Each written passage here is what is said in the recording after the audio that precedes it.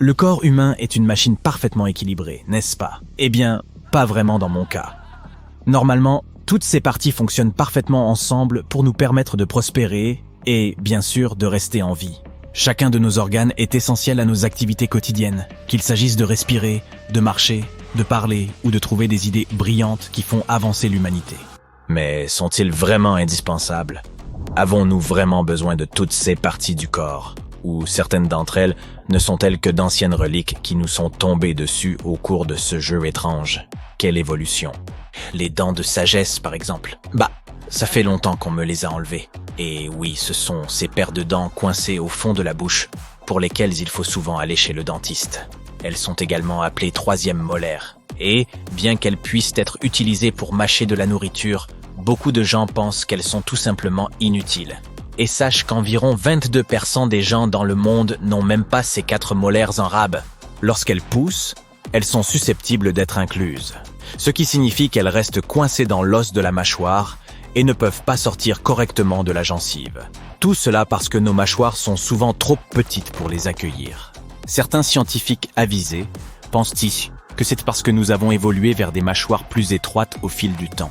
Des données récentes montrent également que ce que nous mangeons lorsque nous sommes enfants pourrait également être en cause, mais il est difficile d'en être sûr. Apparemment, la consommation d'aliments difficiles à mâcher, comme les légumes crus et les noix, peut stimuler la croissance des mâchoires, tandis que la consommation d'aliments mous et transformés peut en quelque sorte la freiner. Cela laisse peu d'espace pour que les dents du fond puissent se développer. Disparaîtront-elles complètement à l'avenir? Je suppose que nous, les mammifères humanoïdes, devrons attendre pour voir ce qu'il en estimate. À présent, parlons de l'organe voméronasal, ou, comme j'aime à l'appeler, de l'instrument secret du nez. Vois-tu, les rongeurs et les autres mammifères ont cette formidable capacité à communiquer entre eux grâce à des signaux chimiques appelés phéromones. Et devine quoi? Ils disposent d'un organe spécial, l'organe voméronasal ou OVN, qui les aide à détecter ces phéromones. C'est là que les choses deviennent intéressantes. Alors que la plupart des êtres humains adultes ont quelque chose qui s'apparente à un OVN dans leur nez, il s'avère qu'il s'agit essentiellement d'un vestige inutile. Les neuroscientifiques affirment même que si l'on examine l'anatomie de cet organe, on n'y distingue aucune cellule ressemblant à celle d'organes similaires chez d'autres mammifères. De plus, chez l'homme, cet organe ne semble pas non plus communiquer avec le cerveau. Il n'y a pas que des mauvaises nouvelles toutefois. Même si l'OVN humain présente peu d'intérêt, il semble qu'il puisse encore réagir à certaines phéromones. L'homme gardera-t-il cet organe sur sa liste des projets évolutifs en cours? Pour l'instant, plaçons-le dans la pile des peut-être. Et maintenant, voici une petite histoire. Les animaux dotés d'une queue ont besoin de cette structure pour de nombreuses raisons. Certains en ont besoin pour leur équilibre, d'autres pour se diriger, d'autres encore pour attirer des partenaires potentiels. Mais savais-tu que lorsque nous sommes âgés de quelques semaines dans le ventre de notre mère, nous avons aussi une queue? C'est exact. Nous avons une petite queue complète avec ses propres vertèbres.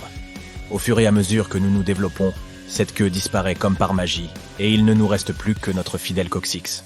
Les humains et les grands singes ont la particularité de ne pas avoir de queue, contrairement aux autres primates. La raison pour laquelle les grands singes ont perdu leur queue reste un mystère. Mais nous sommes tous d'accord pour admettre que cela nous distingue des babouins et autres macaques.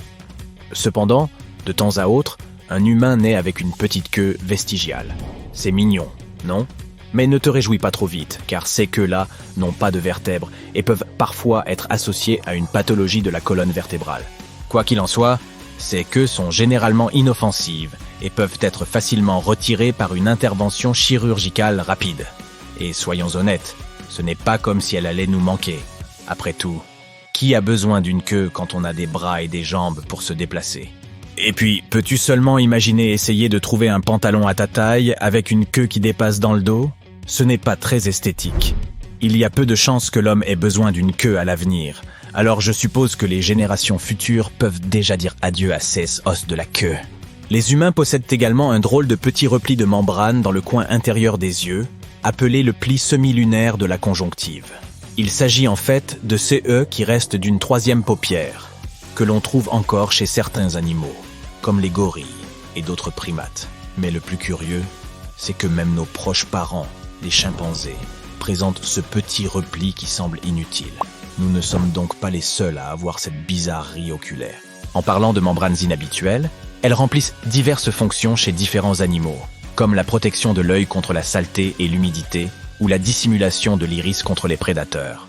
Certaines espèces peuvent même voir à travers leurs membranes transparentes lorsqu'elles sont sous l'eau ou sous terre.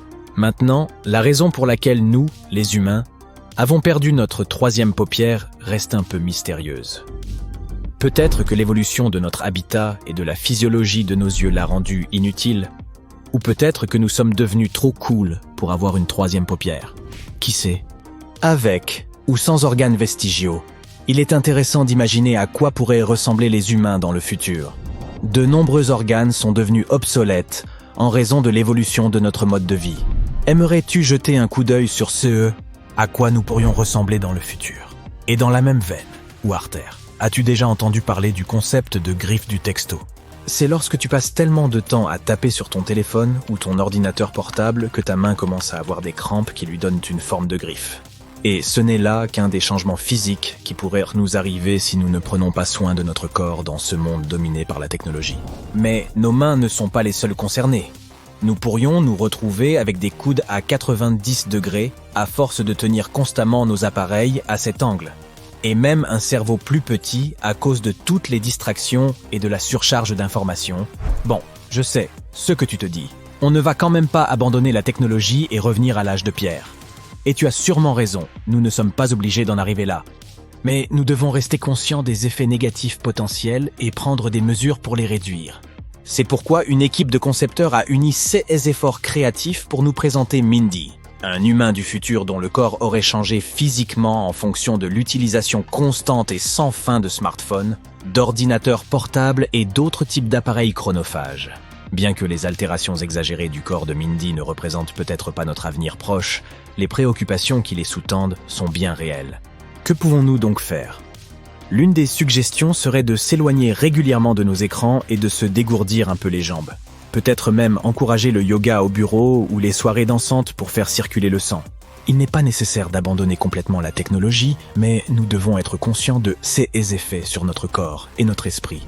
Dans plusieurs années, nous pourrions même devenir plus petits. Un scientifique estime que si nous étions plus petits, notre corps aurait besoin de moins d'énergie, ce qui serait très utile sur notre planète de plus en plus surpeuplée. Il est amusant de penser à quel point nos vies sont différentes aujourd'hui de celles des chasseurs-cueilleurs.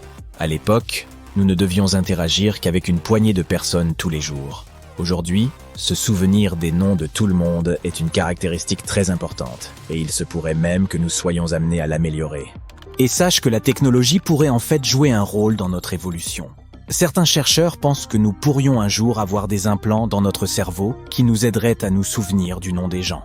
C'est comme si tu avais un annuaire biologique directement dans ton corps. Ne serait-ce pas pratique? Et qui sait, peut-être qu'à l'avenir, nous aurons même une technologie visible qui fera partie de notre apparence. Imagine un œil artificiel capable de percevoir des couleurs et des images différentes. Et je ne parle même pas de ce à quoi nous pourrions ressembler si nous colonisions Mars. En raison de sa faible gravité, notre corps pourrait changer de toutes sortes de façons. Nous pourrions avoir des bras et des jambes plus longs, voire des poils isolants comme nos ancêtres de Néandertal. Il est difficile de déterminer ce à quoi nous pourrions ressembler à l'avenir sans disposer de données très précises pour étayer ces projections. Mais on peut dire que ces changements seront pour le moins intéressants. Quant à moi, le moins que l'on puisse dire, c'est qu'il est trop tard. J'ai déjà dit plus de 1400 mots et il est temps de nous quitter. À plus.